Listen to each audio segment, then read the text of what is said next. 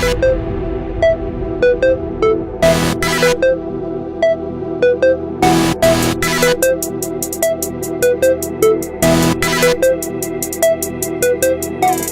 sports fans nationwide. Bright lights have been activated. The stage has been set in one of the most unlikeliest of NBA seasons, the NBA restart, the NBA bubble, the wide world of Disney, Orlando, Florida, a neutral site. Basketball in its purest and finest form, except the NBA and their refs conspired to screw the Mavericks in their loss to the LA Clippers with the controversial ejection of Porzingis, because I, and you know, sports fans nationwide, top 1% people sportscaster, I'm just going to call it for what it really is. The NBA's line is that they want my and your LA Lakers to take on the Clippers in the Western Conference Finals to get to the NBA championship.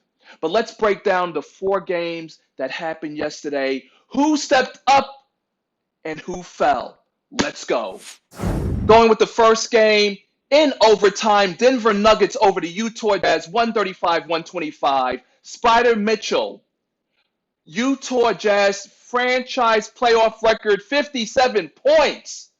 But it was all for nothing because Jamal Murray dropped 10 of his 36 in overtime, leading them over the Utah Jazz, who, of course, Mike Conley, birth of his child, probably won't be back until game 3. And by then, it might be too late. But for once, like I had said, Jamal Murray came through. Denver Nuggets showed how to properly close out a game.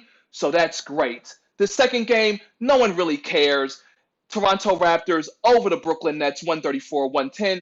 The game was over early. Van Fleet, 30 points, as the Toronto Raptors dropped a franchise record, as the Raptors dropped 22 three-pointers, matching a season high and setting a franchise playoff record. And of course, once again, New York City is embarrassed on the national stage. And we're just going to leave it at that because there's really nothing else to talk about in regards to this. I don't even know who's watching this series outside of Brooklyn Net fans and Toronto Raptor fans. And of course, in the third game, Celtics over the Sixers, 109-101 final score. Of course, as previously mentioned in my previous video, Ben Simmons done for the season. But guess what? Gordon Hayward suffered an ankle injury, out up to 4 weeks. They might as well just call it for what it is. He's done for the season. Jason Tatum, he played hero ball, dropping a career playoff high 32 points and 13 rebounds. And Kemba Walker came through, dropping 19 for the Celtics. Joel Embiid says he needs to do more. But whatever, the Sixers, it just will end up as another disappointing lost season. However, no Hayward, no Ben Simmons. Maybe it's evenly matched. We'll see. But in the fourth and final game, Luka Doncic drops 42 points in his playoff debut.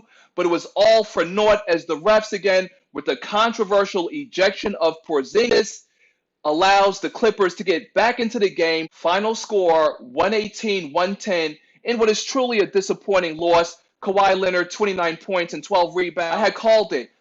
Porzingis has to stay out of foul trouble in order for the Mavericks to win.